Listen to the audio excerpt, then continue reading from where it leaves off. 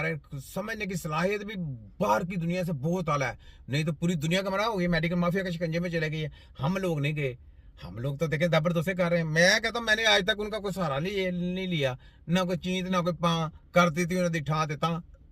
तो ये बात है, आए आगे देखो वो एक ही शिकायत करता नजर आता है कि इसे किसी न किसी सूरत हड्डियों से वाबस्ता कोई न कोई बीमारी है। कहीं थ्रेड्स है तो कहीं हड्डियों का टेढ़ापन, कहीं हड्डी बढ़ गई और कहीं घुस गई, और बचाव का तो एक्सीडेंट के नतीजे में हड्डी के जाया होने और हमेशा की माजूरी का सामना करना पड़ता है। डॉक्टर उम्र को लेकर भी इसका इजहार कर दे कि वक्त के साथ साथ हड्डियां कमजोर होती हैं और उनको दोबारा जोड़ा या उगाया नहीं जा सकता।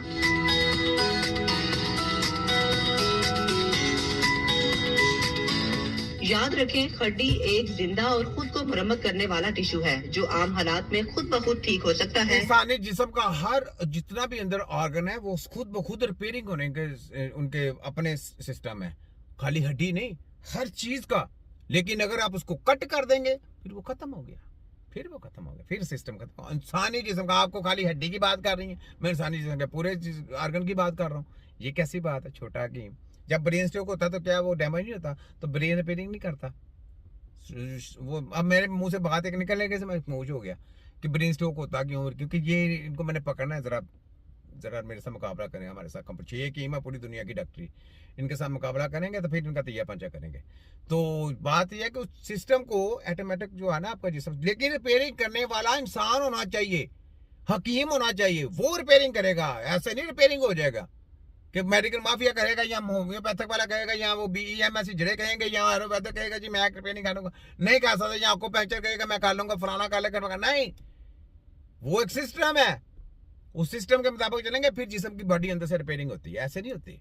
ठीक है, तो ये तो खराब कर देते हैं चीज पार करके, पी पा करके। तो ये बात है, आगे है।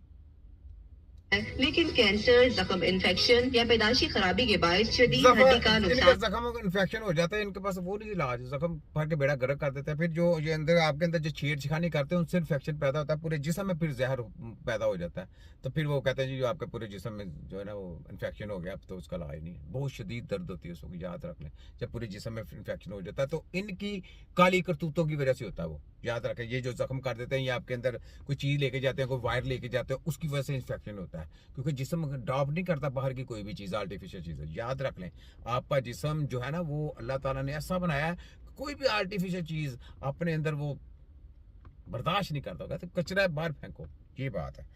तो सुने, नुकसान होने की सूरत में ये अमल मुतासिर हो सकता है। 3D प्रिंटिंग से मसनूई bone graphics, stem cells, D printing और टिश्यू इंजीनियरिंग की मदद से नई हड्डी बनाई जा सकती है। लेकिन जदीद दुनिया में नई हड्डी को बनाने के काम में बड़ी पेशरफ्त कर ली गई है। बोन रीजनरेशन प्रोग्राम के तहत हेल्थ साइंटिस्ट ने वो तरीकाकार इजाद कर लिया जिसमें वो अपनी मर्जी के मुताबिक किसी भी हड्डी को सीधा कर लेना, फलाना कर लेना, वो तो कोई बात नहीं। हड्डी टूट गई है तो वो आप वैसे भी जोड़ लें तो उसको कोई प्रॉब्लम नहीं होती। लेकिन बात यह है कि उसकी टांग को चलाना है, उसके सिग्नल को लेके आना है। उसके सिग्नल नहीं आएंगे तो वो बेकार है।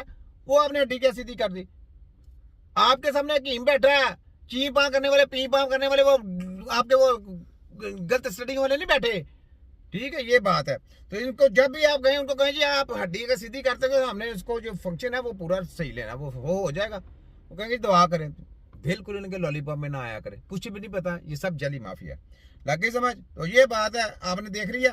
तो ये जनाब आगे आ जाए, ये लें, ये यहाँ पे देखें, कहता है मेरे दौर में गरीबों का बिजली का बिल 16,000 आता था, आज 18,000 आ रहा है। खोते का बच्चा नवाज शरीफ, ये देखें, ये देखें, कहता है 16,000 से मैं 18,000 मेरे दौर में। तो ये किसका दौर है? ये शबाजू कंजर कौन है? ये तो तुम्हारा दौर नहीं है। उधर बैठे गेमें कर रहा है, उधर बैठे सारी जो मुशावरत इसके साथ करता है, पूरी मुशावरत करके पूरी गेमें सुनाता है। तो ये कहता है 18,000 का आ रहा है। देखें मैं कैसे कैसे इनको रगड़ा फेरता हूँ। ये ले, ये सुने।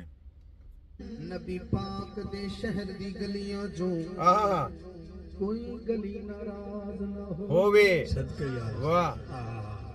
नबी पाक जो चाहता है कि नाराज ना हो, हाथ पे जो चाहता है कि हुजूर के शहर की कोई गली नाराज ना हो, हिम्मत बढ़ाए जरा। नबी पाक दे शहर दी गलियां जो कोई गली नाराज ना हो, वाह। पावे मेरे अली, वाह, पावे गौस जली, कोई वली नाराज ना होवे, वाह। पावे मेरे अली, आहा, पावे गौस जली, आहा, कोई वली नाराज ना हो। आहा, जेड़ी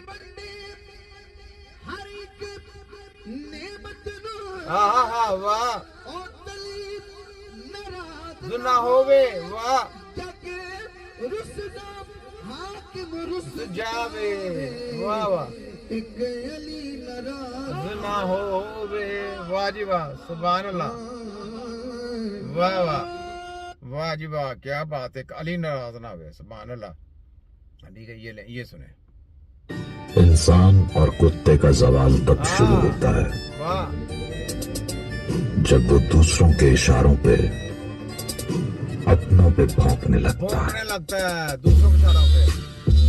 याद रखें वो कुत्ता होता है, याद रख लें। ये शबाजू कंजर नमाजू कंजर ये जो इनके साथ कच्चे छच्चे जितने भी हैं ये सब बाहर तो जाली कुत्तों के शिकंजे में है। उनकी जो है ना आर्डर उनका आर्डर मानते हैं और अपनी वाम के ऊपर जुल्म करते हैं, अपनी वाम के ऊपर तरह तरह के टैक्स लगाते हैं, तरह तरह का जो इनका जो इनके अपने अंडर की बात होती है वो भी आगे रगड़ा फिर देते हैं, पूरा पैसा इकट्ठा करते हैं। इनका दीन मान क्या है? पैसा। ये कंजर लोग हैं, कंजरों को हवस होती है पैसों की, ठीक है। तो ये कंजर खानदान है, सुन लिया? तो ये सुने दोबारा फिर।